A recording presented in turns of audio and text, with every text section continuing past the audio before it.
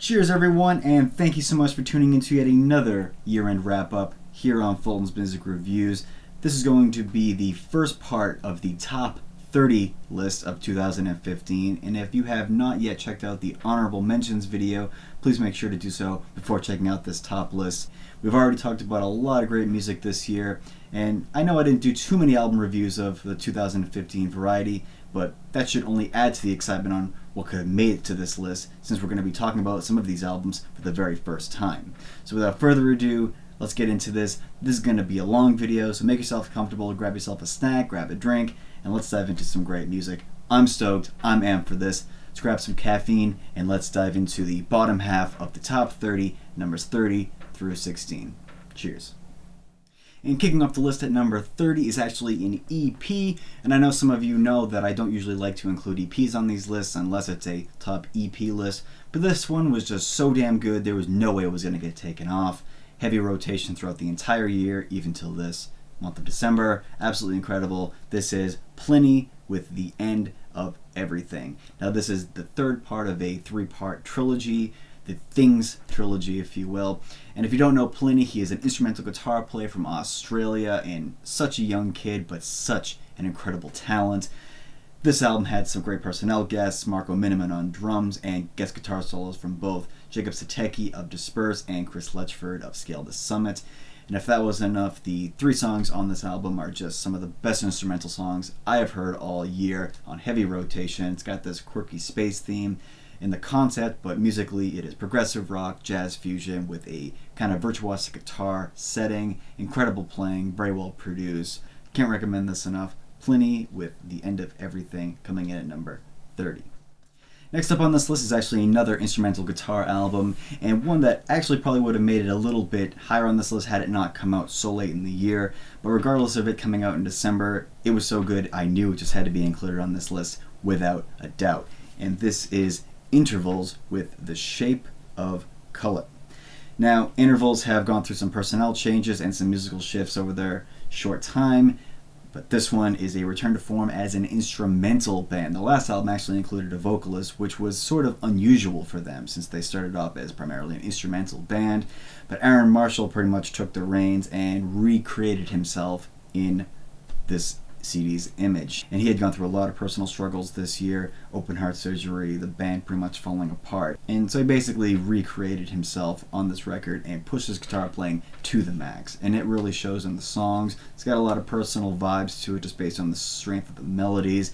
I know a lot of people think that this is a little bit run-of-the-mill and kind of typical and boring and maybe a little bit generic, but if you had any idea how hard this stuff was to play, you'd probably reevaluate that statement, because this is excellent stuff, super melodious instrumental guitar rock, and I can't say enough great things about it. It appealed to me straight from the get-go, and it's one of my top favorites of the year for sure. So number 29, Intervals with The Shape of Color. Awesome stuff. Coming in at number 28 is yet another December release that would have made it a little bit higher on this list had it not come out so late, but due to the strength of the material, it was a no-brainer once again that it just had to be on this top list, and this is Baroness with Purple. Now, much like the Intervals record, this was another band who pretty much had to reinvent themselves with this release. After the horrific van accident that happened to this band just a few years back, half the band had quit, and John Baisley, the main thinking brain of this project, wasn't even sure if he was going to be able to continue with music, but he installed a new 50% of this band in the bass and drum department, and you can really tell that this is a revitalized version of the band. A lot of personal lyrics, a lot of emotion put into this, and even though half the band is brand new, it still sounds like Baroness. It's still forward-thinking, unique, catchy, progressive sludge metal, a little bit more tame, just like their last release, Yellow and Green, was, but still incredibly well crafted. One of the main reasons as to why this album was a little bit held back on this list was the mastering is a little bit overcooked, and I really wish bands would stop doing this. Baroness are a band who have so many lush textures, it's just a shame that not a lot of that is able to be heard. It would have been a little bit more dynamic had the compression on the mastering been, turned down a little bit, but still nonetheless, the material itself speaks for itself. It is strong material and some of the best of the entire year for sure. So coming in at number 28, Baroness, Purple, definitely another great release from this band. The next album on this list at number 27 is one that I am so stoked to talk about and so happy to include it on this list. Hailing from New Hampshire, of all places, but nonetheless, such an incredible disc. This is Vatnet Viskar with Settler. Now, as you can see, this album is signed and personalized to me because, of all things, one of my favorite people from college, one of my best friends from college, Casey Elward, is now playing bass for this band. And it says, Fulton, I've loved you since the day I met you. Love, Casey.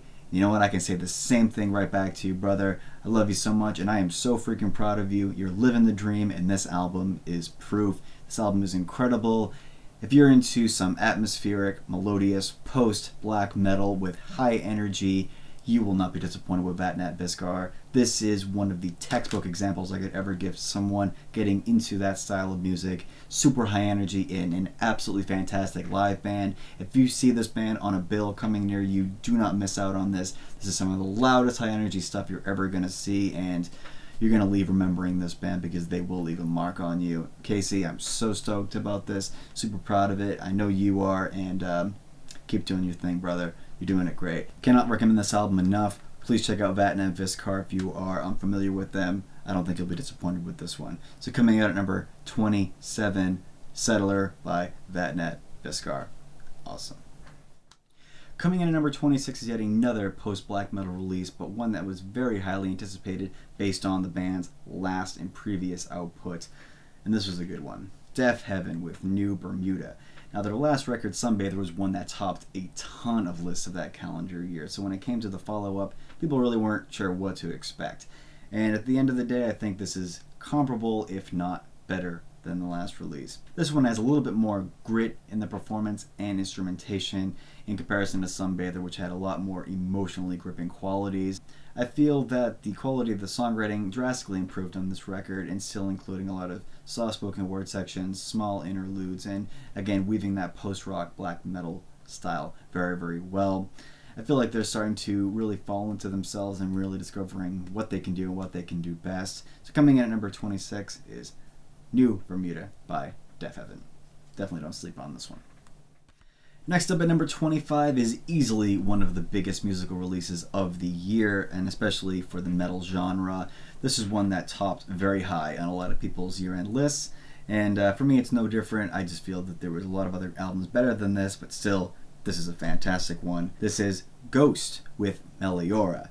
Now, this is a perfect return to form for this band, and this album is exactly what I wish their second album would have been.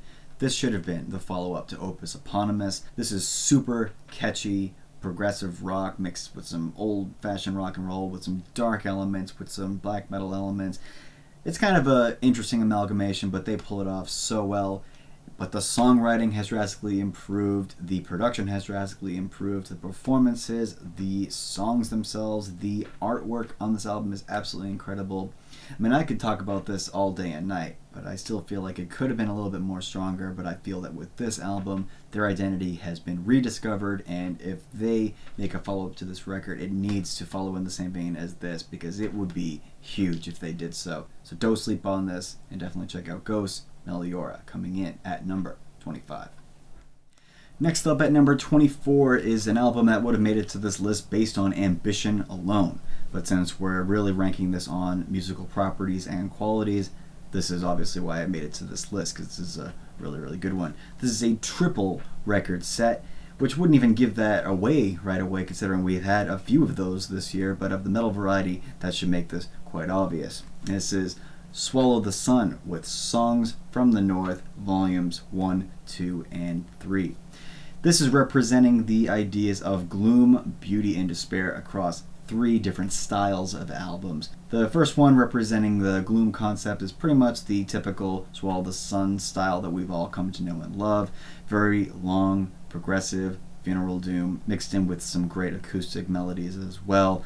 The second part, the Beauty record, is the acoustic album, which could have been sort of like their Damnation, but I feel like could have been a little bit stronger had there been a little bit more embellishments, but still nonetheless a very, very beautiful and satisfying disc to listen to. And the third disc, the Despair concept, being represented by a new territory of music that they're trying to get into, straight funeral doom. Now this is very slow, down-tempo, growling stuff. But in my opinion, the album starts to fall apart at disc 3. I know a lot of people might disagree with me on this, but I feel that disc 3 was the weaker portion of this record, but I have to give them a lot of credit for trying out these waters and really delivering a nice full package with this record, and quite the musical experience and adventure. Definitely fun to include this on the list, one of the best of the year for sure. A lot of great material. Coming in at number 24, Swallow the Sun with Songs from the North, volumes 1, 2, and 3. Coming in at number 23 is an album that I also reviewed in a video collaboration with Infidel Amsterdam for a forthcoming video. And for those seeing this in the future coming over from his channel, welcome, and thank you, Ed, for having me on board for that project. It was a ton of fun. This album is a unique one from this year. A Forest of Stars with the album Beware the Sword You Cannot See. A very unique blend of psychedelic black metal fused with some technical progressive elements, but all verging in together on the avant-garde. Very interesting vocals, both male and female vocals, screamed, narrated male vocals mixed with soaring angelic highs of female vocals. Musical styles that seem to switch from one verse to the next, but seem to all come together very concisely in a very strange sci-fi concept. This is one you're just going to have to listen to understand. This is one that's going to take some time, might expand your mind a little bit, and I don't know. The imagery you get from this is quite unique, but take some time, sit down with this if this sounds unique and interesting to you. I don't think you'll be disappointed, and I must say some of the most fantastic artwork of the year featured on this. Absolutely love the artwork on this record. Insane. Absolutely love this. And I love this record. One of the best of the year for sure. Coming in at number 23 is A Forest of Stars with Beware the Sword You Cannot See. Absolutely incredible stuff. Coming in at number 22 is a heavy one, and it's a sad one too. And with that, it can only mean really one band. My Dying Bride with Feel the Misery. I could not think of a better title to represent this record and a better title to represent this band. The dynamics, the emotional vocal performance on this. If you want to get your heart ripped out and stepped on, stitched back into your body, and then rinsed and repeated, My Dying Bride is the band for you. Definitely one of the best Doom releases of the year, if not the best Doom release of the year. Check this album out. Check this band out if you haven't already. This is some quality emotional stuff. Number 22, Feel the Misery by My Dying Bride. So good. Coming up next, I'm actually going to be talking about the number 21 and number 20 spot in the same segment, because both of these albums are of the same musical genre and feature the same vocalist. Actually, I had two albums coming out with two different bands this year, so this was quite a good year for Mr. Jim Gray. But at number 21, we have Kane with the double album set of Known and Learned. And number 20, Caligula's Horse with Bloom. Terrific artwork on both of these. They play a very unique style of progressive metal, very forward-thinking and concise when it comes to meaningful songwriting, beautiful vocal stylings, and musical prowess, and tied together in a very nice, neat package. Now, what makes this band so great is, of course, the vocals. I'm a very big fan of Jim Gray on vocals. Reminds me a lot of Maynard James Keenan of Tool, but with a little bit more of a operatic style. Now, Kane is a little bit more atmospheric. Terrific artwork on this once again. But they kind of tailor to a little bit more of the Porcupine Tree Opeth side of things, whereas Caligula's Horse is a little bit more technical, a little bit more fast-paced, but still nonetheless melodious. Both of these are incredibly melodic progressive rock.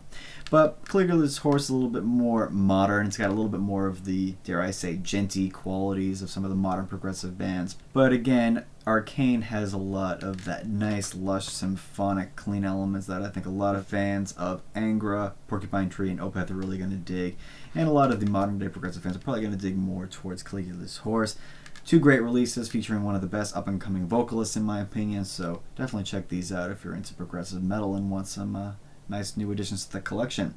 So coming at number 21, Arcane, Known, Learned, and number 20, Caligula's Horse with Bloom. Two great albums for sure. Coming up next at number 19 is the first power metal release we're going to be talking about on this list, and one that was my first introduction to this band, and a real terrific one at that. This is Pyramaze with Disciples of the Sun. Now this was a real fun listen, super catchy, melodious, well-crafted power metal, but what makes this so great is that this band takes some risks with some pretty technical and ambitious progressive metal elements. That's what makes this album so unique. I think that's what sets this band apart from some of the more typical power metal that exists nowadays, is that you got to take some risks now and then, and I think that this band really knows how to gel both of the styles of progressive metal and power metal, and with their next release they could even take this even further. Each one of these songs is super catchy, super memorable, and one that was on heavy rotation towards the middle half of this year. I listened to this a lot coming back from work and during my lunch breaks. This got me super pumped. Got a fist bumping kind of atmosphere and super nice melodies, and yeah, vocals got some pipes. Really great stuff on this. Super fun listen. Definitely one of the best power metal releases of the year. Pyramaze with Disciples of the Sun. Really great stuff. Coming in at number 18, the Dogs are back with their second full-length release. The Winery Dogs with Hot Streak. Mike Portnoy's new band along with Richie Kotzen and Billy Sheehan, and I gotta say, this is a very interesting second follow-up to their first album. I feel like the band is starting to really rediscover themselves, maturing themselves, and doing something a little bit more different. Their first album was a really heavy hitter with some nice catchy rock tracks. This one's got a lot of great variety in terms of musicianship and even some of the musical directions they take. I don't even want to say it, but I have to say it anyway. A lot of this is getting a little bit towards the dad rock direction of heavy metal and rock and roll, but I think at their age these guys deserve to do something a little bit more mellow and more kind of bluesier in direction than heavy metal and rock and roll.